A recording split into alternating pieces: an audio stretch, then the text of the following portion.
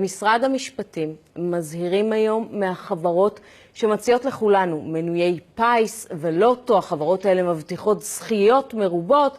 הפרטים אצל ליאור אילתי. ליאור, שלום. שלום סיוון. אז באמת מי מאיתנו לא מחכה לשיחה המיוחלת מהראלה ממפעל הפיס, אבל שימי לב מה קורה ששתי חברות שונות, דאבל פייס ולוטו דיל, מתקשרות לאנשים ומציגות את עצמן כעובדות עם מפעל הפיס. שימי לב לשיחה הבאה.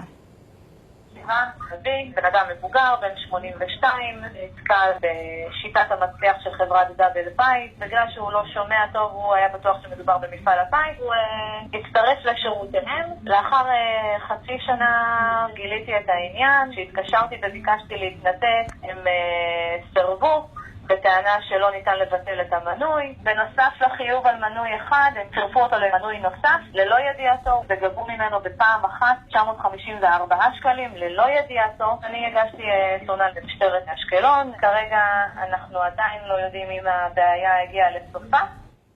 מה זה החברות האלה, תגידי? תראי סיוון, באמת החברות האלה הן לא חוקיות, גם במשרד המשפטים אומרים לנו ככה. בואי שימי לב לסיפור הבא. ימית רכשה מנוי לחצי שנה בלבד והמשיכו לחייב אותה. אנחנו מדברים גם על דאבל פייס, גם על לוטו. דאבל פייס ולוטו דיל הם שמות החברות האלה. שתי חברות שונות פשוט או שעובדות באותו אזור, כן? בדיוק, אז בואי ונשמע את השיחה הבאה. בה ימית רכשה מנוי לחצי שנה בלבד והחברה המשיכה לחייב אותה במשך 13 חודשים. בואי ונשמע. ימית, זו הייתי מדאבל פייס. אני מתקשרת על מנת שתתני לי אשראי. אתן לך מספר אישור.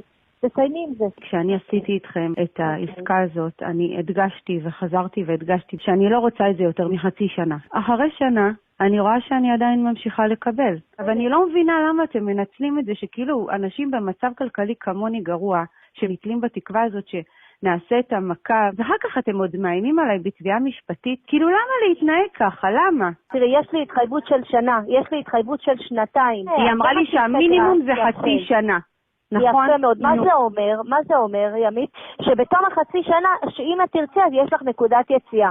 לא התקשרת, זה ממשיך אוטומטית. אי אפשר לבטל את זה, כי הכרטיס כן שיחק. אני מתחננת אלייך, אין לי כוח להתעסק עם זה, אין לי כוח. אף אחד לא יבטל את זה, ימית. גם אם תגיעי למנכ"ל, לא יבטלו את הסכום הזה.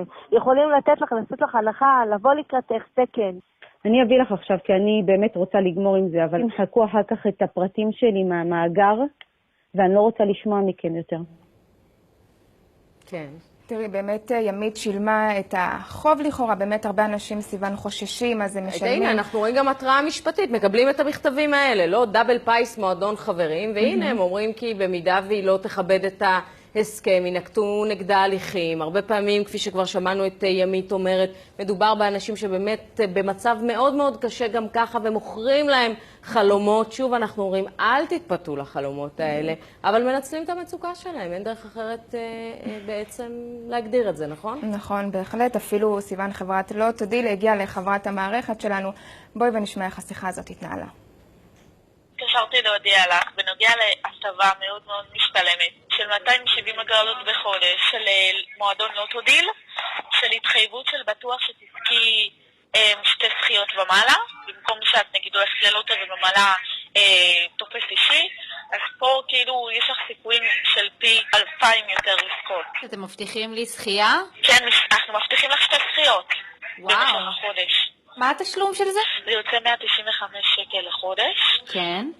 72 אגורות לכל הגרלה. תוכל לנסות לחודש, אם את רואה שלא הולך לך. אז את יכולה לפרוש. מה זה שתי זכיות בטוחות? בכמה? לא הבנתי. מה זה כמה? לפי סטטיסטיקאים. הבנתי. אתם שייכים למפעל הפיס? כן. את בטוחה? כן. למה? מה זה השאלות האלה? אני רוצה להבין, למי אתם שייכים? מה זה לוטו דיל? למי אתם שייכים? למפעל הפיס? לחברה פרטית? שאני אדע אם אני רוצה להצטרף, למי אני מצטרפת? זה קשור לפיס. טוב, נראה לי שכדאי שתלכי לעשות שיעורי בית, ואני מבקשת שלא תתקשרו יותר למספר הזה ותמחקי אותי מהמאגר, בסדר? ביי.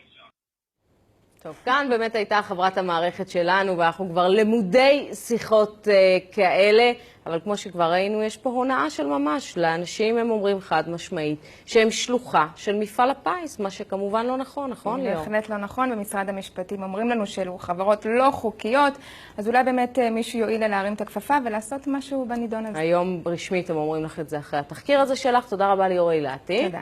והנה התגובות הרשמיות. ממפעל הפיס מוסרים כי אין להם כל קשר עם מועדוני הלוטו הצצים כפטריות אחר הגשם. המשנה ליועץ המשפטי לממשלה, עורך הדין רן נזרי, קבע שפעילות מועדוני ההימורים וגופים דומים אינה עולה בקנה אחד עם הוראות חוק העונשין והינה בלתי חוקית. גם במשרד המשפטים מאשרים לנו את הדבר הזה. החברות האלה לא חוקיות. אז מה אומרים בחברות עצמן שמתנהלות ברשם החברות וכן הלאה? ודאבל פייס אומרים כי הם חברה רשומה כדת וכדין ברשם החברות. מלוטו דיל מוסרים כי החברה ממלאת את טפסי ההגרלות עבור לקוחותיה ושולחת אותם בדוכנים מורשים של מפעל הפיס. החברה אינה גוף נפרד, היא אינה סוכנות או שלוחה או מיופת כוח של מפעל הפיס.